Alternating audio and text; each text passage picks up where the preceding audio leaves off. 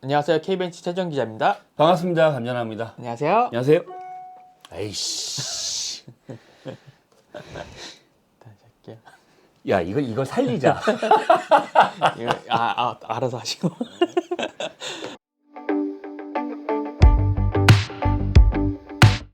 안녕하세요. K벤치 최정 기자입니다. 반갑습니다. 감전합니다. 안녕하세요. 안녕하세요. 이번에 인텔의 립 부탄이라는 CEO가 새로 선임이 됐다고 뉴스가 떴어요. 어제 뉴스가 나왔어요. 네. 네, 저희 촬영 시간으로 어제. 네네네. 갑자기 이렇게 딱 선임이 돼가지고 어제 안 보셨겠지만 주가도 엄청 많이 올랐어요. 네, 어제 주가 인텔이. 올랐어요. 봤어요. 예. CEO가 선임된 배경이 좀 궁금하긴 하거든요. 이 CEO가 어떤 CEO인지, 그리고 전에 무슨 일을 했는지, 그리고 인텔에 무슨 연관이 있는지 그런 것 좀 알아봤으면 좋겠어요. 네, 솔직히 제 예상보다 빨리 나왔어요. 네요. 네, 저는 한 여름 정도 가야 빨라도 이제 이거 뒤에서 다시 얘기하겠지만 굉장히 빨리 됐다는 얘기는 1순위하고 협상하고 있는 사람하고 바로 끝났다는 얘기예요. 우리나라 축구대표팀 감독 뽑듯이 네네네. 1순위, 2순위, 3순위 뽑아놓고 1순위 1순위랑 먼저 얘기하다가 안 되면은 이제 2순위랑 얘기하고 안 되면 3순위랑 얘기하고 이런 식으로 하잖아요. 네네네. 여기도 1순위, 2순위, 3순위가 있고 1순위랑 먼저 얘기를 하고 있었을 거 아니에요. 그렇죠. 예. 그 1순위가 바로 돼버린 거예요. 후보 중에 1순위. 네, 리프탄. 예. 이분이 1순위였어요. 네. 그래서 실제로 패켈싱어 사임하자마자 바로 차기 CEO로 가장 유력한 사람, 네. 리프탄이었어요. 이미 얘기가 네. 있었어요? 12월 7일에 이미 뉴스가 나왔어요. 네. 그래서 그분이 그냥 그대로 됐기 때문에 그래서 생각보다 빨리 결정이 된 거거든요. 왜 리프탄 이분이 인텔 CEO가 됐는가? 앞으로 이제 인텔이 어떻게 이제 행보를 보일 것인가? 그런 부분들에 대해서 이분에 대해서 얘기를 해보겠습니다. 네. 이름이 좀 특이해요.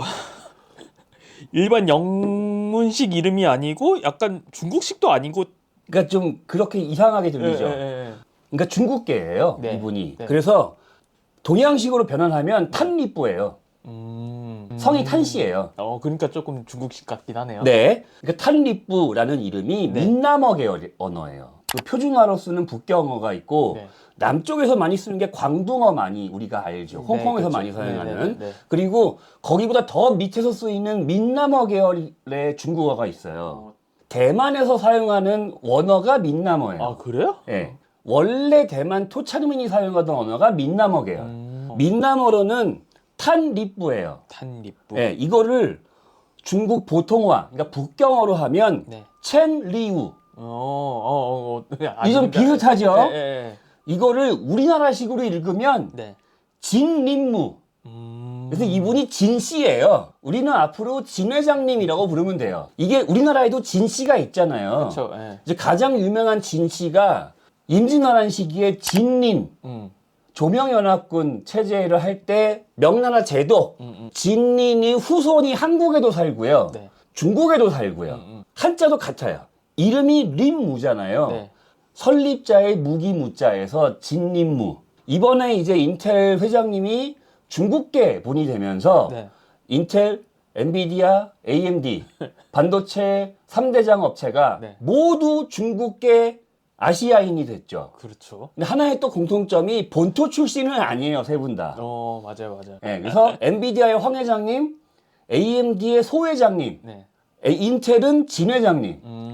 그리고 이 진 회장님은 우리식으로 얘기하면 동남아 화교 출신인 거예요. 네, 본토에서 동남아로 건너간 화교. 그래서 말레이시아에서 태어나셨고 싱가포르에서 공부하시고, 그러니까 싱가포르가 중국계 화교가 세운 나라잖아요. 그렇죠. 네, 그래서 이제 미국으로 가신 거죠. 저희가 중요한 건 이분이 무슨 공부를 하고 이제 했는지 해가지고 인텔에 들어갔는지가 궁금하기도 하잖아요. 이분은 무슨 전공을 가지고 계신가요? 우리가 흔히 하는 엔지니어 출신이 아니에요. 반도체 하시던 분이 반도체 아니에요? 하시던 분이 아니에요. 그래요? 예. 근데 간혹 뉴스에 나오면 반도체 설계 전문가 리프탄 뭐 이렇게 나오거든요. 이번에 보도도 그렇게 된 게 몇 개 있어요. 구라예요. 박사는 경영학, 네. 석사는 핵물리학, 학사가 물리학 이렇게 돼요. 그러니까 반도체 전공하고 전혀 다른 길을 걸으신 분이에요. 그러네요. 이분이 뉴스에도 반도체 설계 전문가 이런 식으로 얘기가 나오는 거냐면 그게 이유가 좀 있어요. 이제 미국으로 건너가셔서 공부를 하시고 거기서 취직 와서 일을 하시잖아요. 우리식으로 따지면 벤처 캐피탈 회사 입사하신 거예요. 벤처 캐피탈 네. 펀드 매니저. 네, 네. 그거 하시던 분이에요. 근데 이분이 펀드 매니저로 어디에 손을 댔냐면 네. S3 그래픽스. 우리가 아는 그 그래픽 카드 만든 우리가 사람? 흔히 아는 이제 우리하고 연관성이 여기서 나오죠 이제. 네. S3 그래픽스를 투자해서 대박을 보신 분이에요 이분이. 오. 이분이 투자하신 큰 회사가 또 하나 있습니다. 어딘가요? 크리에이티브, 오, 지금도 유명한. 사운드 블러스터. 네. 이런 반도체, 내 설계 회사, 그다음에 PC 제조 회사 여기에 투자하셔서 펀드 매니저로 성공하신 분이에요. 오. 여기에 이제 뭐 에너지, 그다음에 이 소프트웨어 회사 미래 가치를 보고 투자하시는 성공을 하고 나서 이분이 옮긴 회사가 케이던스 디자인 시스템즈라는 회사예요. 이게 무슨 회사죠? 저도 이번에 이건 조사하면서 안 건데 쉽게 얘기하면 반도체형 캐드 만드는 회사예요. 아, 설계하는. 반도체 설계할 때 그림 그리잖아요. 네네네. 그 캐드처럼 해가지고 톡톡톡 해가지고 회로 연결하고 회로 막 그리겠죠. 예. 뭐 이런 거 하잖아요. 그 소프트웨어. 오. 그래서 이분이 2017년까지 이 회사에 10몇 년 동안 CEO, 사장직을 역임하셨는데 회사의 가치가 12배? 우와. 이렇게 뛴 거죠. 그래서 이제 거기서 가치를 인정받으시고 그래서 반도체 설계 규제라는 말이 나오는 거예요. 아. 반도체 설계와 밀접하게 관련이 있는 회사니까 이분이 반도체 설계 규제라고 나오는 건데 실제로 이분은 반도체 설계를 직접 하신 분이 아니에요. 그러니까 짐 켈러랑 헷갈리면 안 돼요. 짐 켈러는 직접 하자.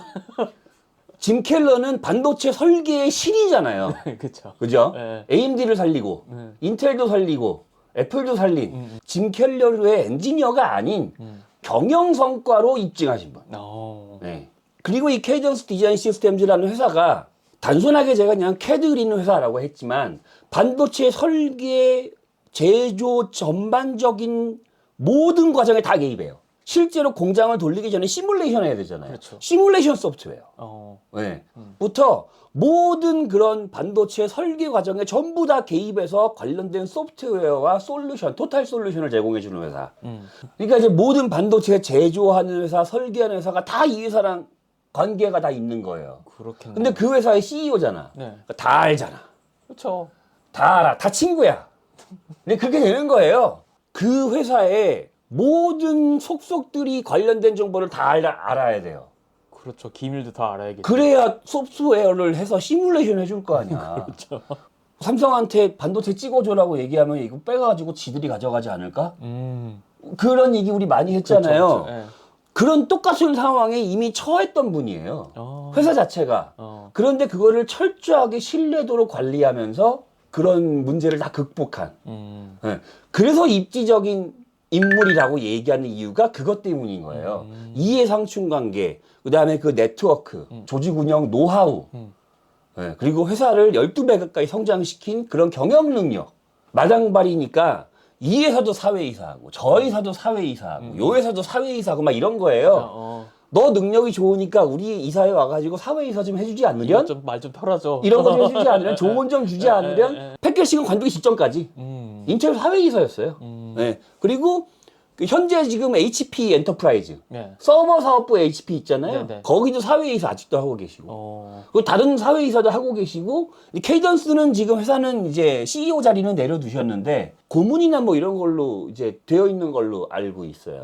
그래서 이제 반도체 업계의 대가라는 말이 나온 이유가 그것 때문이다. 이분이 짐 켈러처럼 이제 정말로 설계를 잘해서가 아니라 그 업계의 설계 능력을 제외한 모든 노하우, 네트워크, 그런 경영 능력 그런 것들을 오랜 기간 동안 회사에서 입증받아 오신 결과로 입증받아 오신 분이다. 그래서 반도체 업체의 귀재라고 얘기를 하는 거죠. 아, 알겠습니다. 어떻게 갑자기 이제 인텔의 CEO가 되셨을까요? 그리고 왜 이분이셨을까요? 제가 지난 편에 최재형 기자가 물어봤어요. 네. 어떤 분이 다음 인텔 CEO가 될까요? 네네. 라고 물어서 제가 대답한 게 있어요. 네네네. 제가 어제 그거 보고 깜짝 놀랐어요. 다시 보고. 어머! 정확해! 그때 어떤 뉴스가 나왔냐면 네. 파운드리 전문가가 다음 차기 CEO가 될 것이다 라는 뉴스가 나왔었어요. 그래가지고 저희가 그때 자막까지 깔았어요. 제가 그때 뭐라고 얘기했냐면 아니야. 반도체 전문가가 중요한 게 아니라 반도체를 잘 알면 너무 좋고 그 외에 경영 문제, 네트워크, 트럼프 정부와의 소통, 맞아요. 그런 정무적 감각과 정치적 감각, 그게 더 중요하다.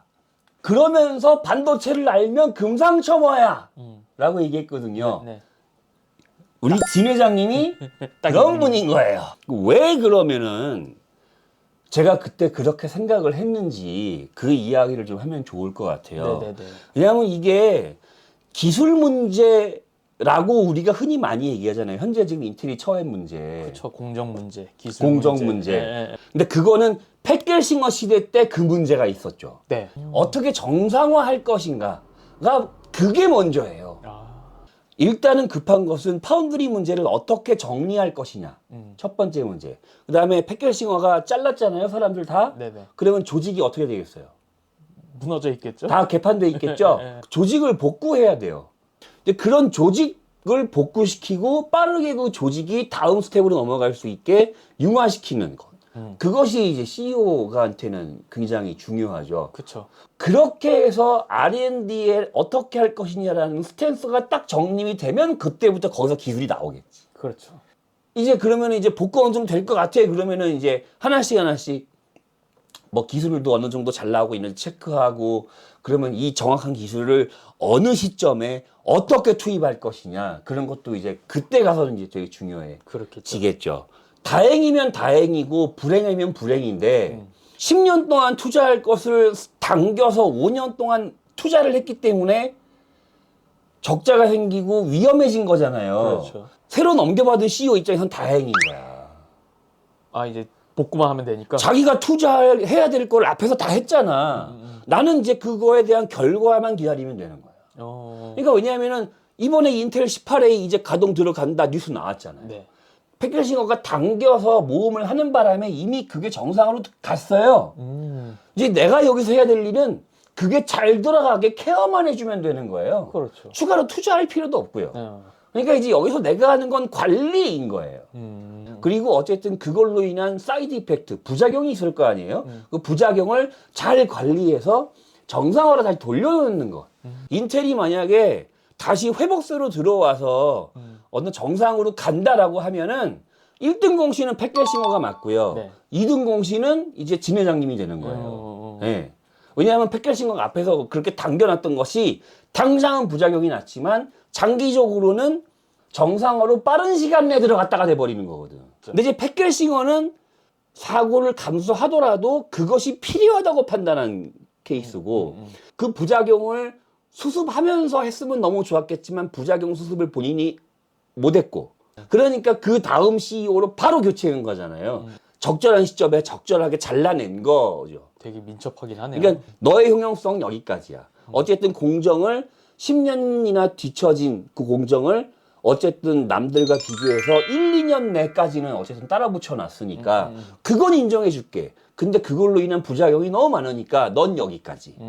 그러면은 이제 그 다음에 필요한 사람은 그런 뒷수습을 잘할 수 있는 네트워크가 풍부한 사교성이 좋은 그리고 두루두루 친한 그런 분이 딱 CEO가 되면서 여기도 도움 좀 받고 저기도 도움 좀 받고 그런 식으로 해가지고 이제 믹싱해서 쭉 이제 늘려고 하는 거지. 그래서 저는 이분이 CEO가 되지 않았나. 그것을 누가 원했냐는 거예요. 그것을 주식을 가지고 있는 주주들이 원했다는 거죠. 그렇겠지. 오히려 볼 때는 아이 그렇게 열심히 그렇게 하면 뭐해 어차피 기술이 지금 난장판인데 뭐 이럴 수도 있잖아요. 근데 이제 그분들은 그렇게 판단한 거예요. 팻겔싱어가 마지막으로 파운드리를 자회사로 분사를 하니 마니 막 이런 얘기 나왔을 때 가장 강력하게 대립했던 이사회에서 가장 강력하게 대립했던 사람이 진 회장님이. 그래서 그때 당시에 팻겔싱어가 밀어붙이니까 나 안 해! 이러고 때려치고 나온 분이 진 회장님인 거야. 그게 24년 3Q 때. 팻겔싱어가 잘렸잖아요. 그러니까 얘랑 싸운 애가 당연히 1순위 올라가겠죠. 그때도 1순위가 나왔고 주주들은 그걸 원했고 그리고 이제 지금 이제 그분이 CEO가 된 거고. 그러면은 이분이 CEO가 됐잖아요. 이제 인텔을 주물럭주물럭 해야겠죠. 어떻게든 이제 정상화를 시키려면은 뭘 주물럭주물럭 해야 될까 이분이 해결해야 될 과제들이 있을까요? 일단은 첫 번째는 앞에서 말씀드린 파운드리 문제예요. 이걸 어떻게 해결할 것이냐. 진 회장님이 두 분이서 가장 격하게 대립했던 부분이 하나가 이 분야예요. 파운드리를 어떻게 할 것이냐. 그쵸. 그러니까 패키징 거는 떠안고 가야 된다 우리가 무조건. 이제 진 회장님은 분사해야 돼. 그리고 매각해야 돼. 팹리스로 가는 한이 있더라도. 이제 그렇게 판단을 한 거예요. 그래서 이분이 CEO가 되자마자 바로 다시 튀어나온 게 파운드리 분사설. 그게 다시 수면 위로 이렇게 올라온 이유가 그때 이분이 그걸 주장하셨기 때문에. 그래서 근데 지금은 또 상황이 달라 그때랑. 그렇죠. 그래서 그렇게 계속 밀고 나갈 것이냐, 다른 스탠스를 취할 것이냐는 몰라요. 근데 이제 지금 이런 상황에서 뉴스가 딱 하나 나온 게 있어요. 트럼프 정부에서 TSMC에다가 이제 인텔에 투자해라. 이제 이 얘기를 했다는 거잖아요. 투자해라. 네.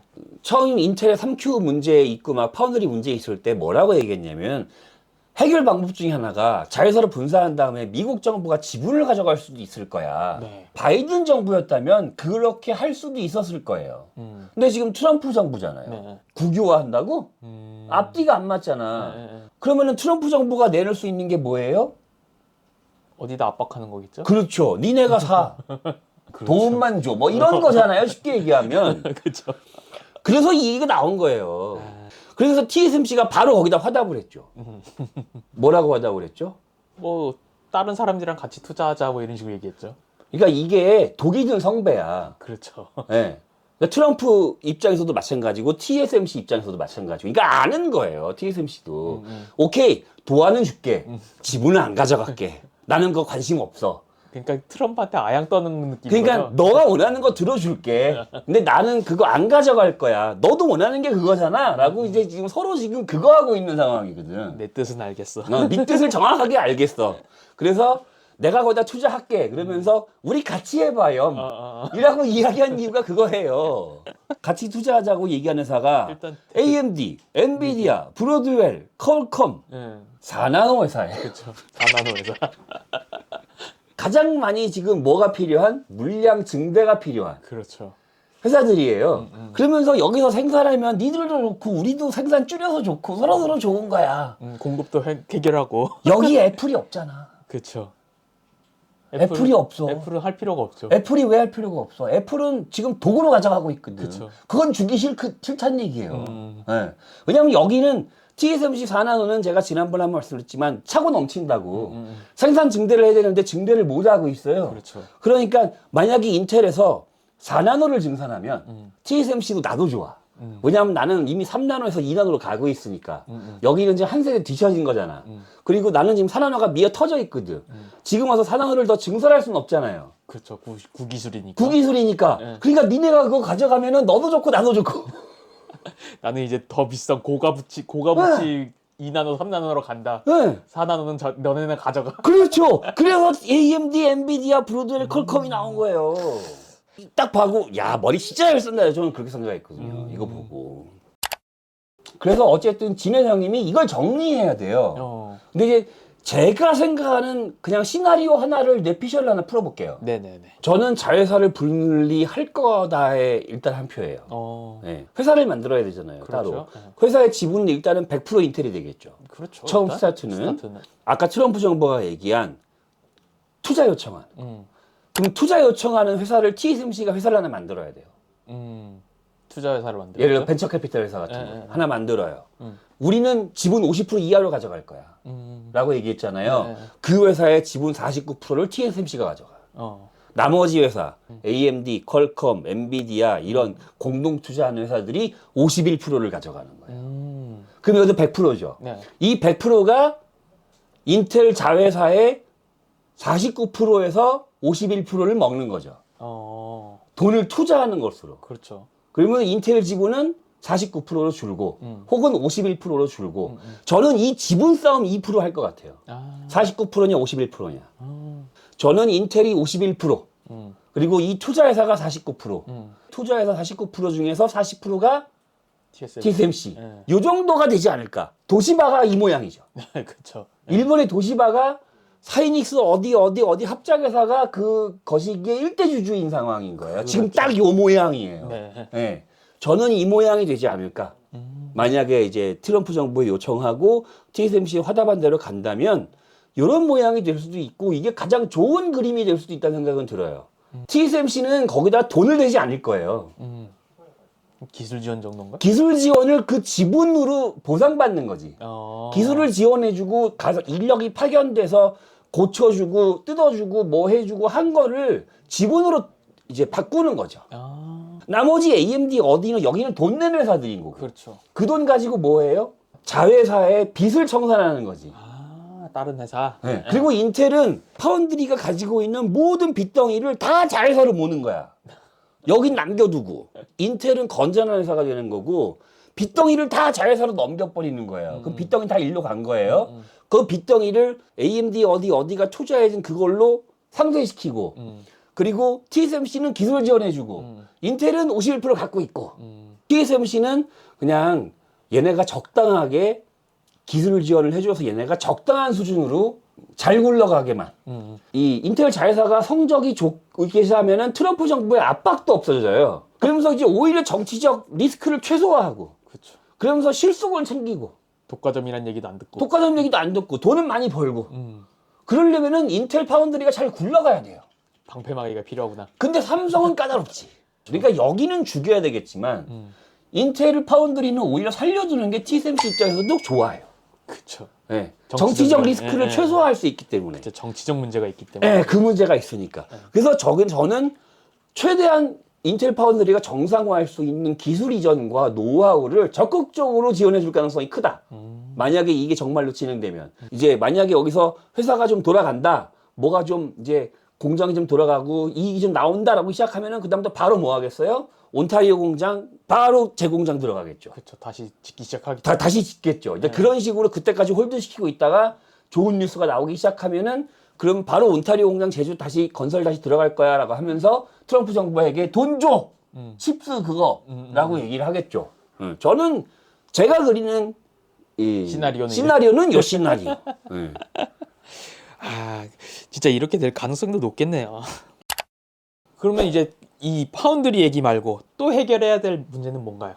아까도 말씀드렸던 것 중에 하나인데 이제 기술 인력을 복구시키고 조직 정상화를 하는 거. 그게 그렇죠. 두 번째로 중요. 해고도 많이 했고. 해고를 15,000명 넘게 했잖아요. 네. 그 중에서 다시 옥석을 골라내야죠. 실제로 진 회장님이 해고를 반대했어요.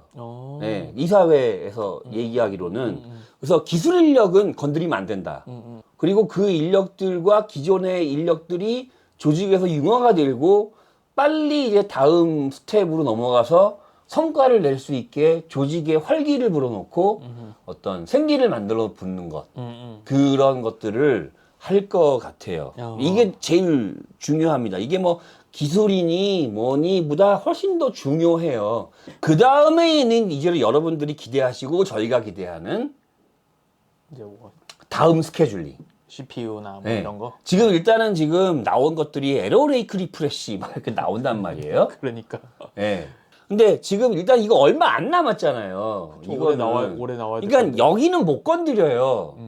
근데 이 다음은 다 뒤집을 수 있거든요. 다음 우리가 내놔야 할 제품이 어느 시점에 어떤 제품을 내놓고 어떤 기술이 적용된 제품을 내놓고 이제 그것들을 이제 큰 그림을 그려야 될 거 아니에요. 스케줄링을 해야 스케줄링을. 네. 그리고 이제 뭐 그 중에서도 이 비중을 데스크탑에 둘 것이냐, 서버에 둘 것이냐, 모바일에 둘 것이냐, 이런 전략을 쓰겠죠. 지금 이제 제가 보는 인텔은 모바일을 사수하는데 목숨이 걸려 있고 데스크탑 쪽은 좀 안중에 없는 제가 보기에는 그렇게 보이거든요. 오히려 이 이익 복구나 이걸 위해서는 서버가 더 중요하거든요. 네네. 저는 이제 서버 시장이 더 중요하다고 판단을 하는데 이제 그런 부분들을 결정을 하겠죠. 서버에다 더 집중적으로 투자를 해야 돼. 아니, 모바일을 더 집중적으로 케어해야 돼. 뭐 데스크탑 과감하게 포기해.